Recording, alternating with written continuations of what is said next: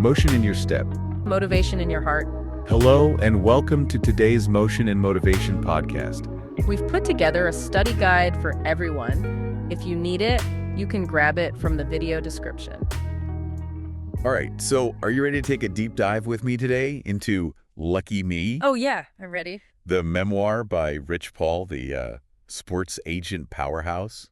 I mean, he's kind of redefined the game, right? Really has. So we're going to unpack some juicy excerpts and trace his journey from, a tough childhood in Cleveland to becoming, Rich Paul. It's quite the journey. Yeah.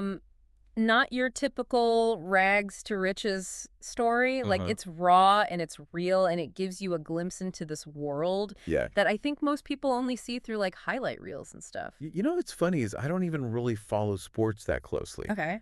But I was so fascinated by this book. Yeah. And I think it's because it really is a story that goes beyond sports. Right. It's about so much more than that. Yeah. And with LeBron James himself writing the foreword, this is a story worth hearing. For sure. Speaking of LeBron, he calls Rich his brother in that foreword. He does. Right? Yeah. They really emphasize those shared experiences. Yeah. Growing up in environments where you had to fight for everything. You can feel that bond throughout the book. It's almost palpable. Yeah. You can really feel it. It is palpable. It's forged in those shared experiences, right? Yeah. Facing down adversity and coming out stronger on the other side. So, okay, let's rewind to Rich's childhood in Cleveland. All right. Paint us a picture of that world. Okay, so imagine Cleveland in the 80s. Okay. Gripped by the crack epidemic. Wow. Yeah, it's a harsh reality that permeates every aspect of life. Yeah. And Rich doesn't shy away from describing the devastating impact of drugs. Right. Not just on his community, but on his own family. So we're talking about real visceral experiences here. Exactly. Just the statistics. He talks about finding drug paraphernalia as a young child. Wow. The gut-wrenching fear each time his mother disappeared. Oh, God. The weight of responsibility that fell on his older sister, Brandy. It's heavy stuff, but it's essential to understanding the foundation of his resilience. It's such a stark contrast, right? It is. Because amidst that chaos, you have his father, Richard Paul Sr., running R&J Confectionary. Right. Like a neighborhood institution. He was more than just a store. Yeah. R&J's was like this sanctuary, this place where the community gathered and shared stories. Right. And found solace in the face of hardship. Wow. It was Rich's first glimpse into the power of community, of creating a space where people felt seen and supported. And his father was the embodiment of that.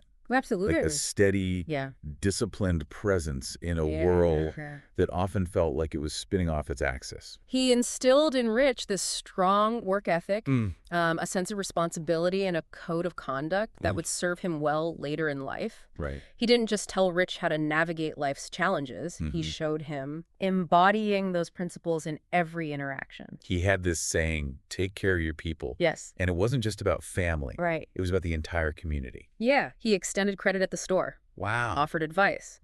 Always had time for those in need. That's a lesson that resonates throughout Rich's life and career, right? Right. It's the foundation of his loyalty, his commitment to building genuine relationships, and his understanding that true success is about uplifting those around you. That's it. It's interesting because you see that same take care of your people mentality play out in how Rich later runs his agency Clutch Sports Group. Exactly. Right. He's known for being fiercely protective of his clients, going above and beyond to secure the best deals. Right. Not just financially, but in terms of their long-term well-being. It's about building a family, a support system, a network of trust that extends far beyond the contract. Okay, so we've got the backdrop of the neighborhood. Yeah. The influence of his father. What about his mother, Peaches? Peaches was a complex figure. Okay. Beautiful, vibrant, a talented cook who loved music and dancing. Okay. Rich clearly adored her. No. But her struggle with addiction casts a long shadow over their relationship. It's a poignant reminder that even the most loving families can be touched by hardship. And it's in those moments of hardship that his sister Brandy really steps up. She does. Right. Brandy becomes a surrogate mother, providing stability and care when Peaches couldn't. Wow. She made sure that they were presentable, even taking them to the mall, teaching Rich to iron his clothes. Ironing? I know, it seems like such a weird, specific detail. Yeah, but it's not just about ironing. It's about instilling a sense of pride, of self-respect. Okay. Even in the face of chaos. Right. It's about maintaining dignity and control when the world around you feels like it's falling apart. And it's something that Rich carries with him throughout his life. That attention to detail, that commitment to presenting yourself well. Yeah. No matter the circumstances. You see that in his passion for fashion, right? Which is a thread that runs throughout the book. Yeah. Even as a kid, he's drawn to style, to the power of expressing yourself through clothes. It's an outlet. Yeah. A way of asserting individuality in a world that often tries to define you. Right. It's about taking control of your image, crafting a persona, and projecting confidence even when you might not feel it inside. And this was back when sneakers were becoming a cultural phenomenon, right? They were. Especially Jordans. Sneakers were more than just shoes. Right. They were a status symbol. A way to connect with your peers, a form of self-expression. Yeah. Rich understood that. Yeah. He saw the power of those symbols, the way they could elevate you, make you feel like you belonged, even if you didn't have much else.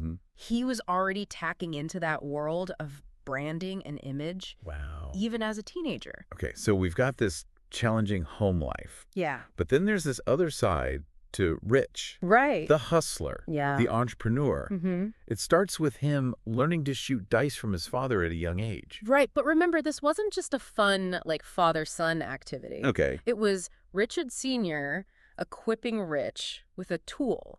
Okay. A skill set that could help him survive. Wow. He taught him the nuances of gambling, the psychology behind it, the importance of strategy, of reading people, of knowing the odds. It's like he was giving him the tools to survive on the street. He was. Yeah. And you know the golden rule? Oh, yeah. What was that? Cheating will get you killed. Oh, wow. That's not just a saying. Right. It highlights the harsh realities of the world Rich was navigating.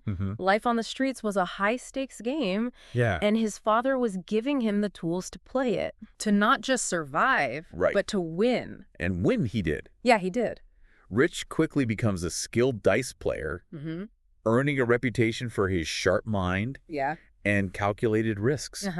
He even attracts the attention of seasoned gamblers. He does. Like Willie Wild, who becomes sort of a mentor figure. Yeah, that's where you see Rich's natural talent for understanding numbers, for assessing risk, and for staying cool under pressure. Yeah. Really blossomed. I mean, he was born for this. Yeah. Right. It's not just luck. Right. It's a combination of skill, strategy, and an almost uncanny ability to read the room.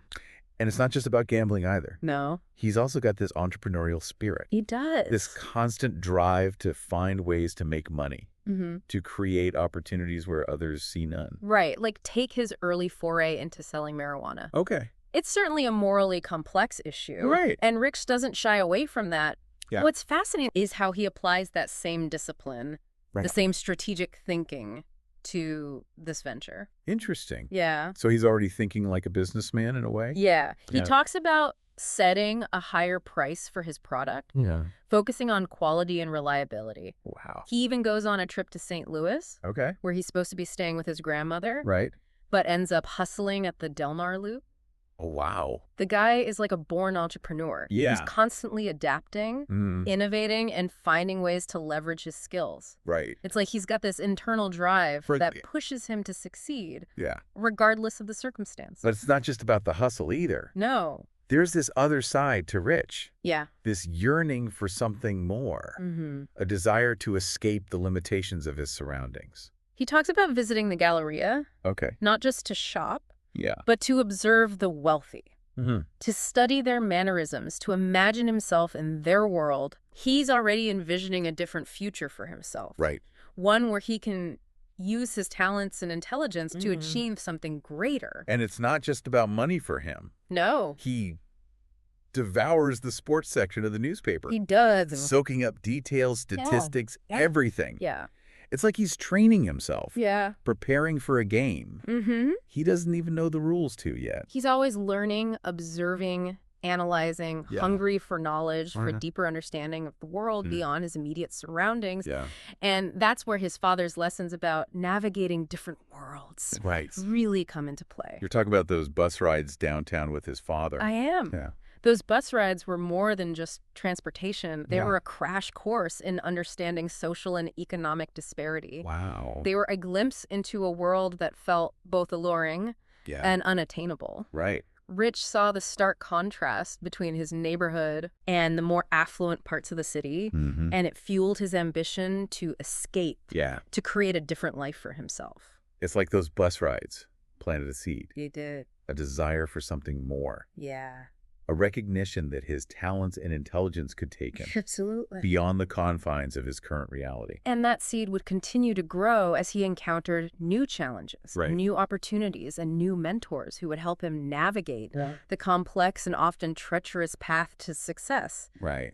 But that's a story for part 2 of our deep dive. I can't wait. Yeah. Okay, so we've got Rich, this ambitious kid with street smarts. Yeah.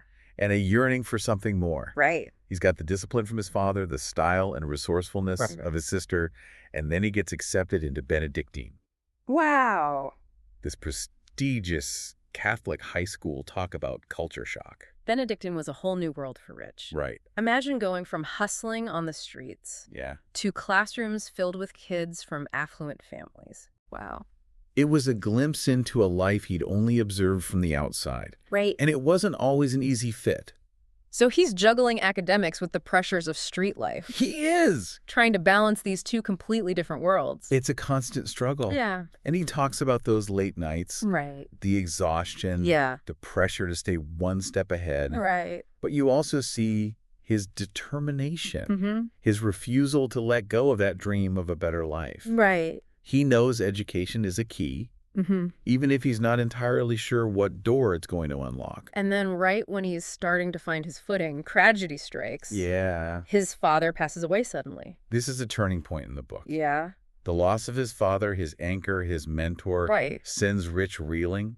Oh, man. He's grappling with grief, anger, and a sense of responsibility to provide for his family. Yeah. He makes some choices that reflect that desperation, choices he later acknowledges. Yeah. We're driven by pain and a desire for quick money. He dives deeper into the drug trade, even getting involved in harder drugs. He does. It's a dark period. It is. But even then, you see glimpses of his strategic mind at work. He's still calculating, still focused on minimizing risk. Yeah. Building a network and maintaining a low profile. Wow. It's almost like he's applying the principles of business to a world that's inherently chaotic and dangerous. He even brings that entrepreneurial mindset to his love of sports. Yeah. Remember that story about him winning big at a dice game and using the money to buy a bunch of jerseys? That's classic Rich Paul. Yeah. He sees an opportunity where others see none. Right. He understands the value of those jerseys, the nostalgia, the history they represent. He becomes a curator, an expert. Well, educating his customers and building a reputation for authenticity. So it's like this premonition of his future career, where he'll be curating and managing the careers of athletes. Exactly. That's wild. It is. But as his business grows, so do the risks. Right. He has this close call with the police. Oh, yeah. A near arrest. Wow. That shakes him to his core. That'll do it. It's a wake-up call. Yeah. A moment of reckoning. He starts to question whether this life, this hustle, can truly offer the kind of future he wants. Yeah. The streets are unpredictable, unforgiving. Right. And he's starting to see the limitations, the dead ends. He's at a crossroads, right? He is. He's yearning for a way out. Yeah. But he doesn't know where to turn. Right. And then there's this almost surreal encounter at a diner. You're talking about the mysterious older man. I am. Who approaches Rich and his friends, looks him dead in the eye and says, "Your life is about to change for the better." What? And then vanishes. Seriously? It's like something out of a movie. It's crazy. It is. Who is this guy? It's never explained. It's just left open-ended. It's left open to interpretation. Right. Some might call it fate, destiny, divine intervention. Yeah. Whatever it is, it plants a seed in Rich's mind. A flicker of hope that something else is possible. Okay. That there's a different path out there waiting for him. And wouldn't you know it shortly after that encounter? Yeah. He has a chance meeting. He does. With a young LeBron James at the Akron-Canton airport. At the airport. Talk about destiny. It's a pivotal moment. Yeah. But it's important to note that Rich doesn't downplay the role of luck. Okay. He acknowledges being in the right place at the right time. Right. But here's the thing. What's that? He was prepared for that moment. Right. He'd been honing his skills. Yeah. Observing, building relationships. He wasn't just passively waiting for opportunity to knock. He wasn't. He was creating it. He was. Even if he didn't realize it at the time. Exactly. He saw something in LeBron. This raw talent, this potential for greatness. And he knew he had the skills to help him navigate that world. But it wasn't just about skills. It was about their connection. Yeah. That shared experience of growing up in challenging environments, that understanding of what it means to fight for your dreams. They had this instant rapport, a shared language that went beyond words. Right. They understood each other's drive, their ambition, their hunger for something more. Wow. And from that chance encounter, a groundbreaking partnership was born. One that would change the landscape of the NBA? It did. But their journey was just beginning. Yeah, it was. There were obstacles to overcome, naysayers to silence, and a whole lot of hustle ahead. Rich faced skepticism. Oh, really? From the established sports world. Okay. They saw him as an outsider, a hustler who didn't belong in their polished corporate environment. But he wasn't one of them. Yeah, but Rich was never one to back down from a challenge. He had this unique perspective, right? This street smart savvy that allowed him to see opportunities where others saw only roadblocks. He leveraged his connections, his understanding of the game, and his unwavering loyalty to build a new kind of agency, one that put the athletes first, that challenged the status quo, and that ultimately redefined the power dynamics in the NBA. Okay, but before we get into the nuts and bolts of how he built Clutch Sports Group, let's take a closer look at some of those rules he lays out in the book. Yeah, okay. These aren't just business tips. No, they're not. They're life lessons. They are. Nuggets of wisdom gleaned from years of navigating a world where you have to be sharp strategic and always one step ahead. These rules are pure Rich Paul. Yeah. A blend of street smarts, business acumen, and a deep understanding of human nature. And they offer some fascinating insights into how he built his empire. And honestly, how we can all approach our own goals with more clarity and intention. So you ready to unpack some of those rules? I am. And see how they played out in Rich's journey? Let's dive in. Okay, so we've seen how Rich Paul's, unique experiences shaped his approach to business, to relationships, to life. Now let's dig into some of these rules he drops throughout the book. These aren't just, catchy phrases. They're like a blueprint to his success, right? Absolutely. And what's fascinating is how these rules aren't just about making money or closing deals. They're about navigating life with intention, with integrity, with a clear understanding of your values. Okay, so hit me with one of those rules that really stood out to you. One that comes to mind immediately is bet on yourself. Oh, yeah. This is classic Rich Paul, right? Yeah. He took a chance on himself even when nobody else would. Right. He saw his own value, his unique perspective, and he wasn't afraid to bet it all on his own abilities. Yeah, it takes serious guts to walk away from a traditional career path and forge your own way, especially in an industry as cutthroat as professional sports. It does. It's about trusting your instincts, believing in your vision, even when others doubt you.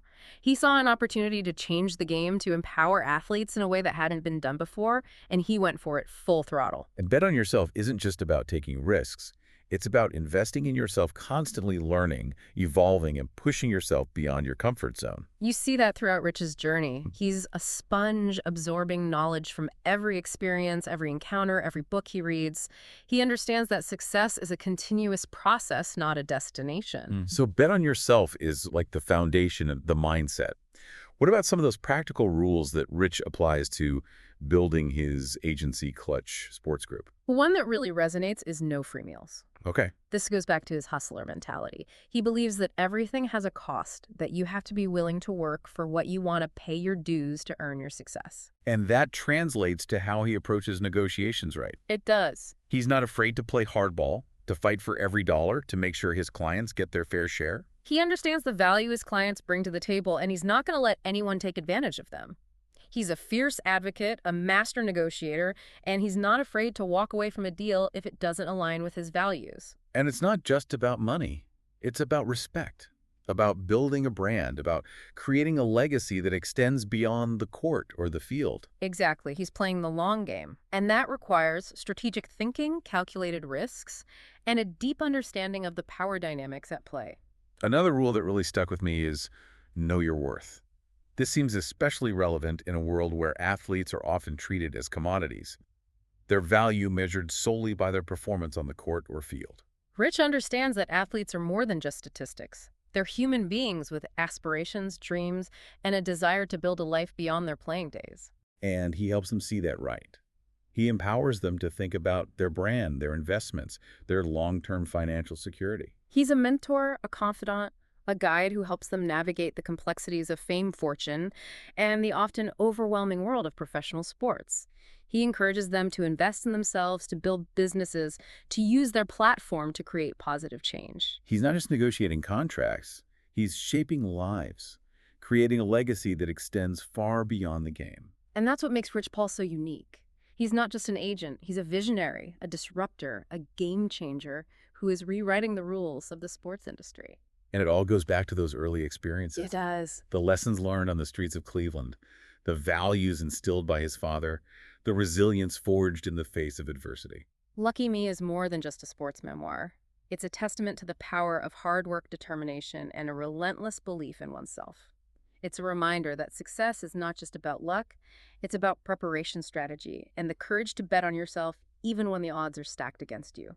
Rich Paul's story is an inspiration to anyone who has ever felt like an outsider, who has ever faced a seemingly insurmountable challenge, who has ever dared to dream of a different life. It's a reminder that our past doesn't define us, but it can shape us, inform our choices, and ultimately guide us towards our true potential. So as we wrap up our deep dive into Lucky Me, think about those pivotal moments in your own life, the experiences that have shaped your perspective, the values that guide your decisions. What are those rules that you live by? What are those principles that have helped you navigate the challenges and triumphs of your own journey? And if you're looking for a story that will inspire challenge and leave you with a renewed sense of possibility, I highly recommend checking out Lucky Me. You won't be disappointed. It's a great read. That's it for our deep dive into Lucky Me. Until next time, keep learning, keep exploring, and keep betting on yourself. If you enjoyed this video, don't forget to hit the like button and subscribe. That way you won't miss any of our updates.